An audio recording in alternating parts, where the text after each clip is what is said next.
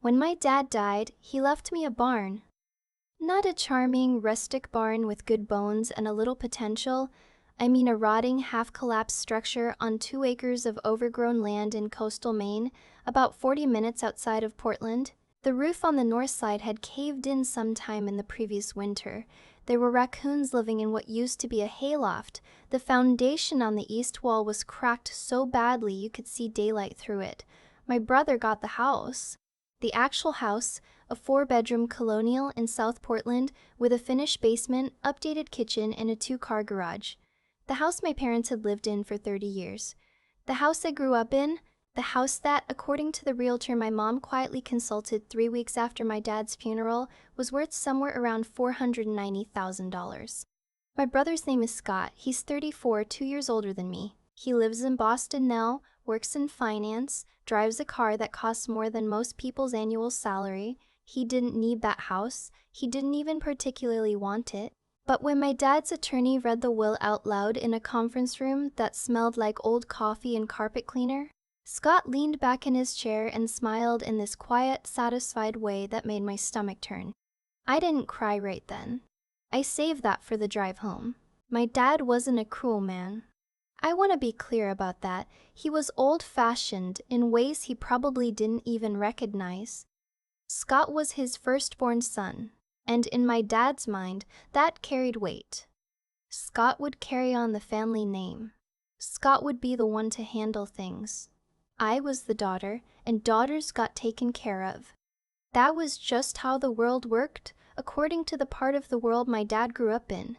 The barn was on a piece of land he'd bought in the 90s, with some vague idea of retiring there someday. He never did anything with it. It just sat there, slowly falling apart, while my dad paid the property taxes every year out of habit. My mom handed me the deed in the parking lot after the attorney's meeting. She patted my hand while she did it. "Your father loved you very much," she said. And then she got in the car with Scott, and they drove away together. I stood in that parking lot for a long time. I was 29 when my dad died. I'd been working as a dental hygienist in Portland for 5 years.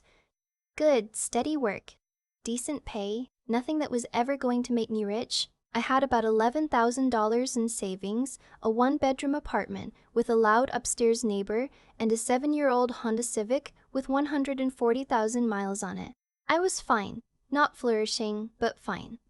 After the funeral, after the will, after the parking lot, I drove out to look at what I'd inherited.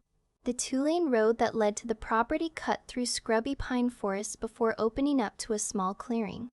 The barn sat at the back of the lot, sagging and gray. The land itself was wild, chest-high weeds, a collapsed fence line, a rusted piece of farm equipment I couldn't identify half buried near the tree line. There was an old hand pump near what might have been a well, and a stone wall along the southern edge that had been there long enough to have small trees growing through it.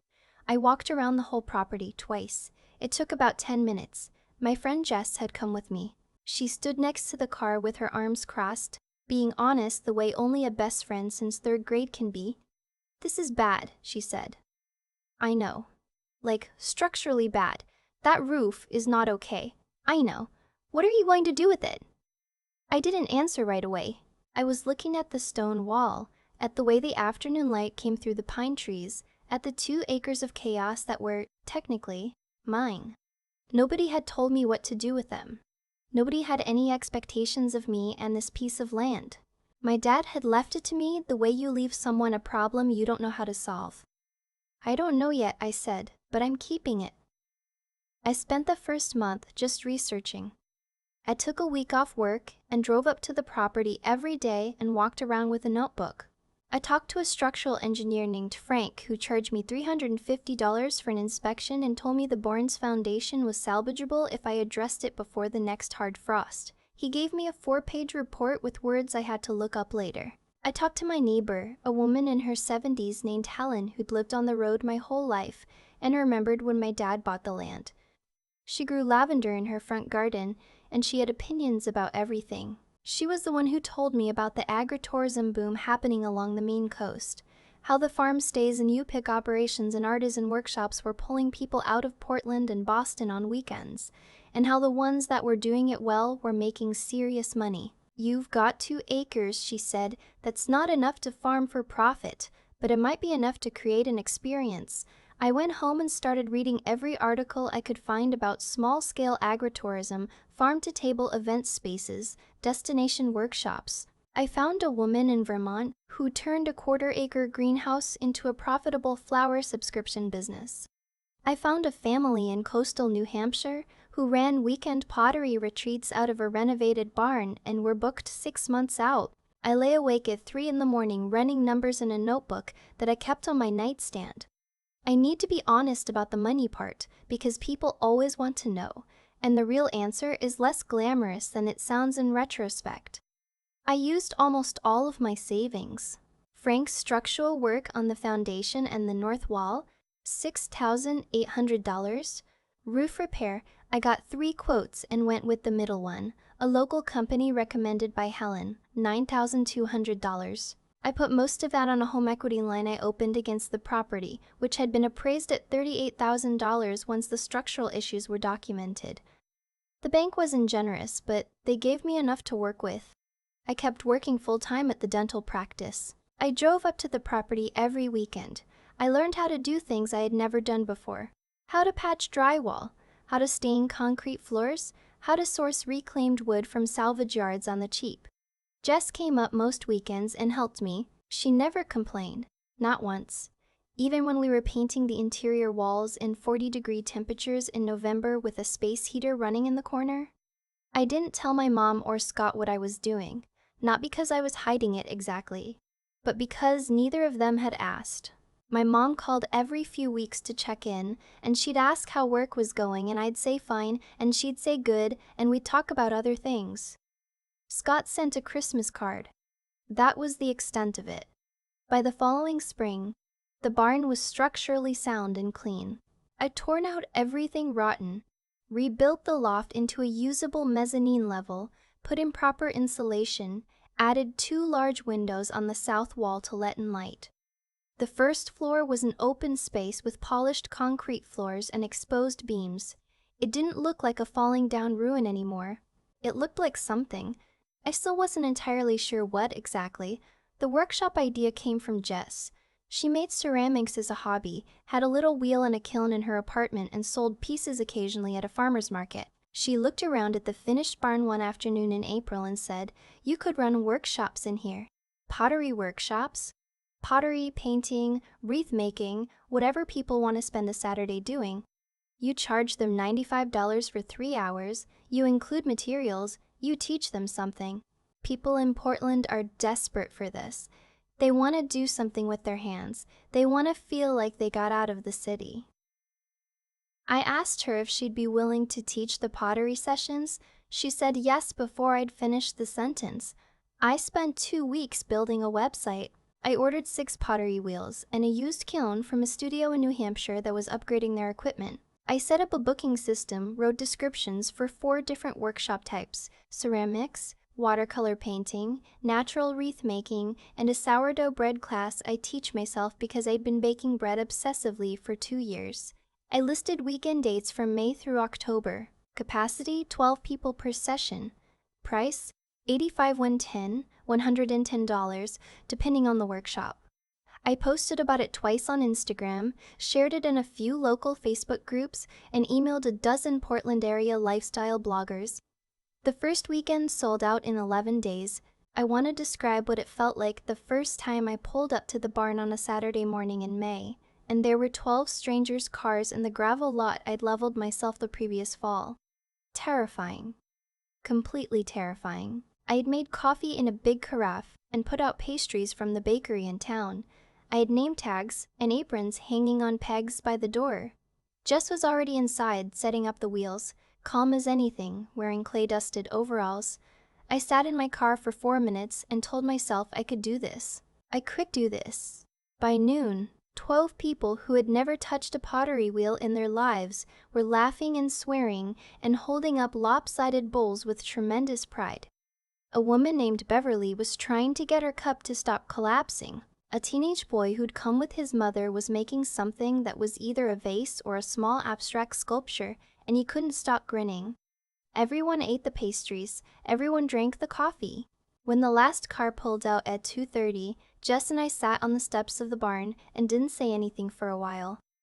"So," she said finally.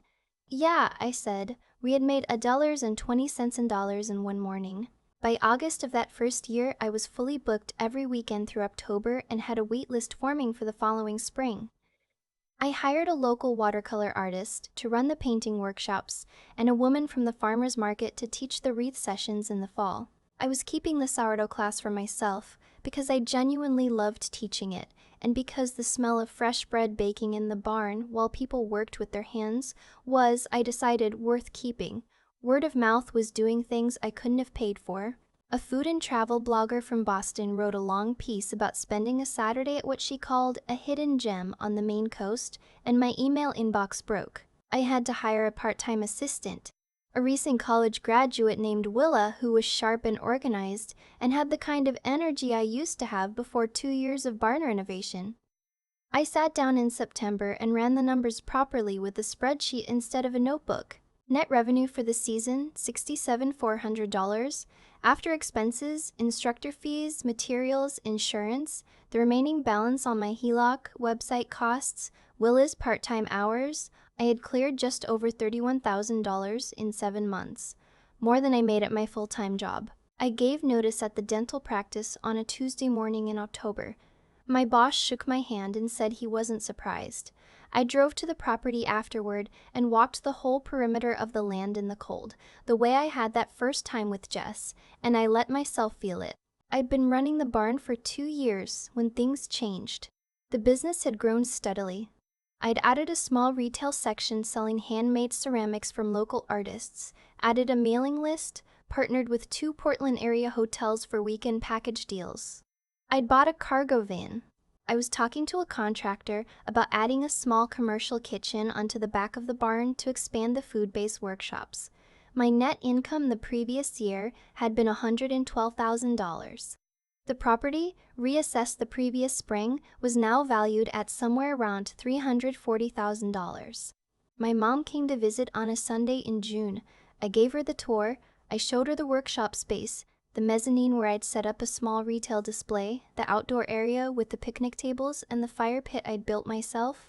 There were 12 people inside doing a wreath workshop when we arrived, and the barn smelled like fresh greenery and coffee. My mom was quiet through most of the tour. She touched things lightly as she walked. The wood of the door frame, a ceramic mug on the retail shelf, the edge of a workbench. When we came back outside, she sat down at one of the picnic tables and looked out at the property for a while. "This is really something," she said. "Thank you," I said. She was quiet for another moment.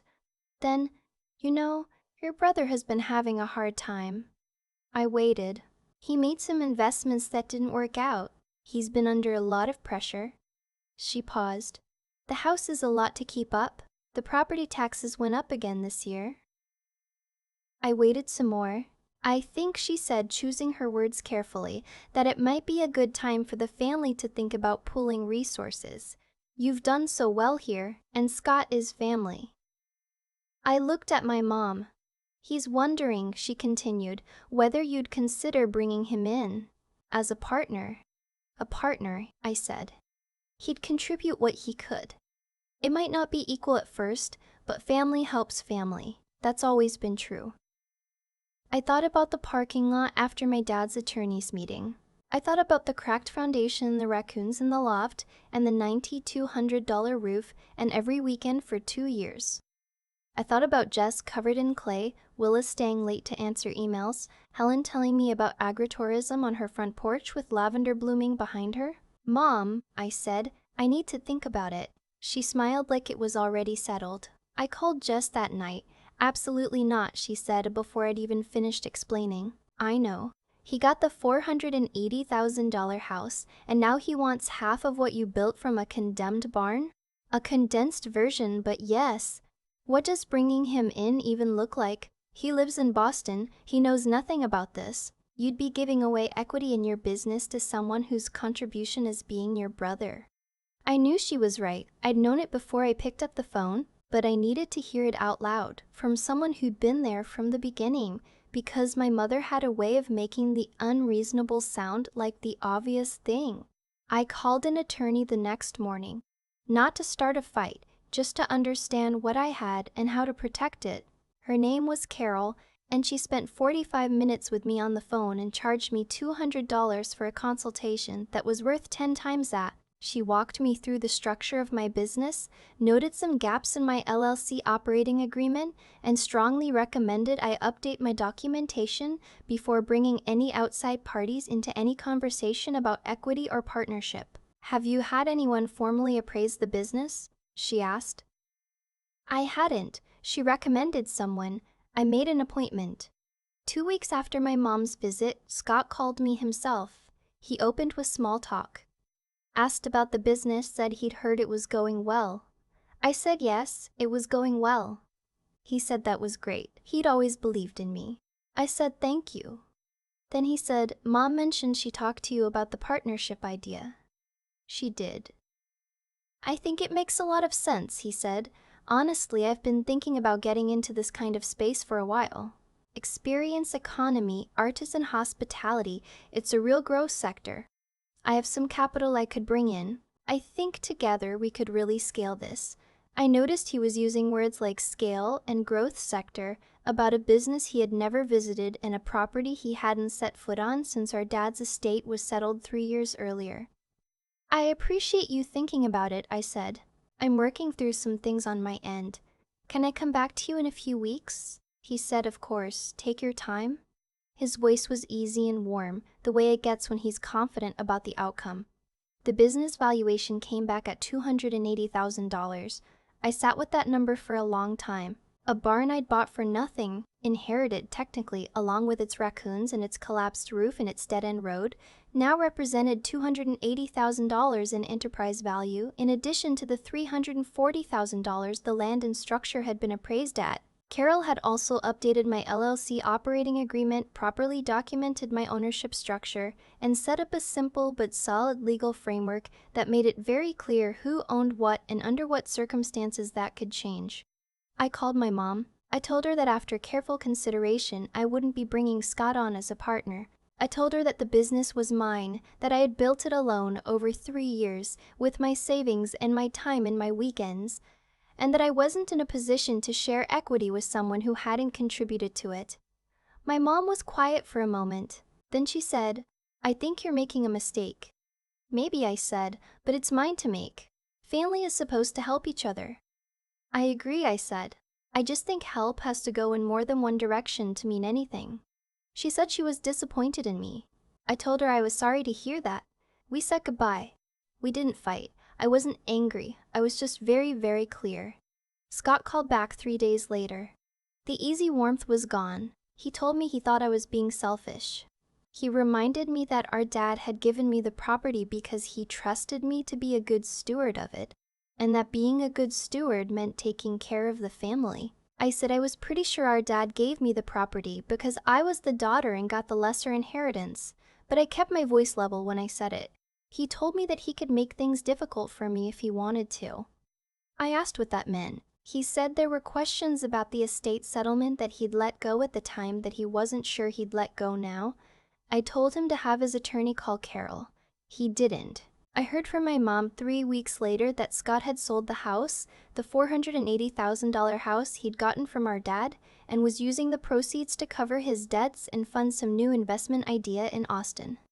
She told me this without apparent irony. I said I hoped it worked out for him.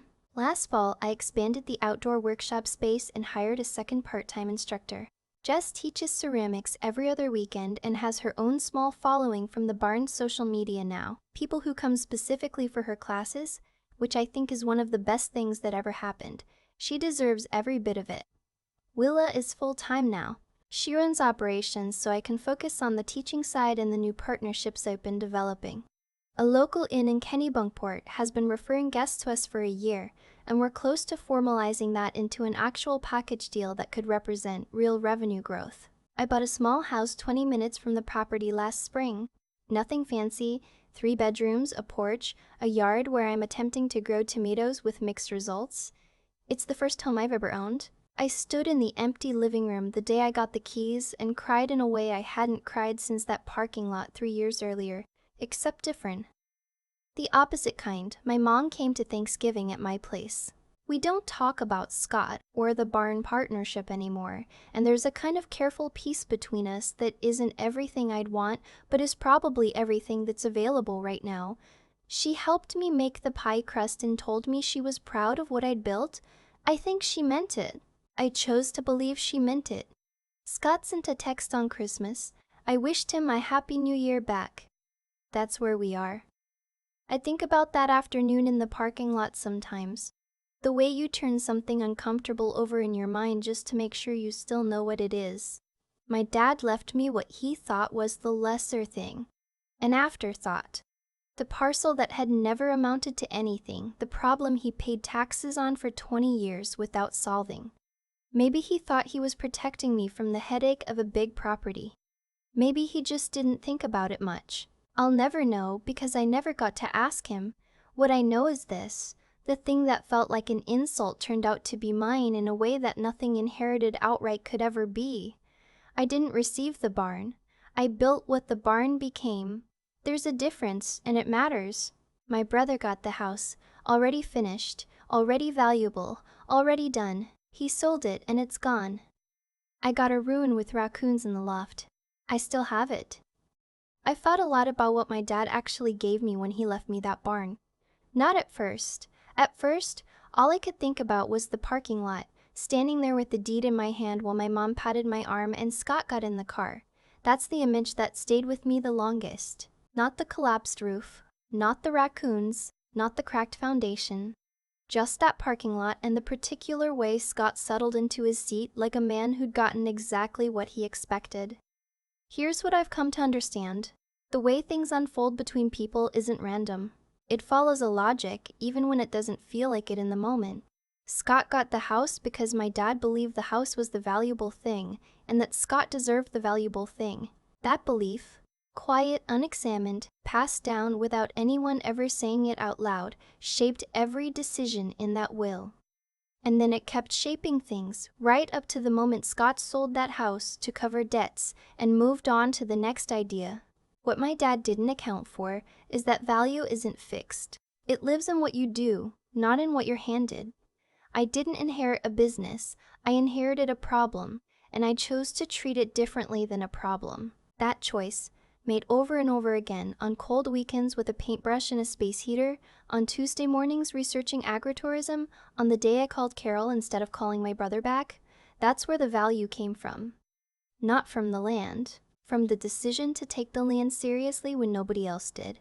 Jess taught me something about this without ever meaning to. She showed up every single weekend for 2 years with clay under her fingernails and no guarantee it would amount to anything because she believed in what we were building. That kind of loyalty doesn't come from obligation. It comes from watching someone do the real work and deciding to stand next to them. I think about that whenever I feel like the hard parts were mine alone. They weren't. Willa staying late to answer emails, Helen on her porch talking about agritourism before I even knew what I was looking for. The people who show up consistently are showing you something about their character, just like the people who only appear when there's something to take. Scott wasn't a villain. He was just a person who had learned, from a very young age, that things would be arranged in his favor. When they weren't, when I said no, when Carol's name came up, when the easy outcome didn't materialize, he didn't know what to do with that. I don't think he's figured it out yet. My mom said I was making a mistake. Maybe she still believes that. What I know is that the person who makes a mistake and owns it is always in a better position than the person who avoids the mistake by letting someone else carry the weight. I would rather be wrong on my own terms than right, because someone else's hands were doing the work.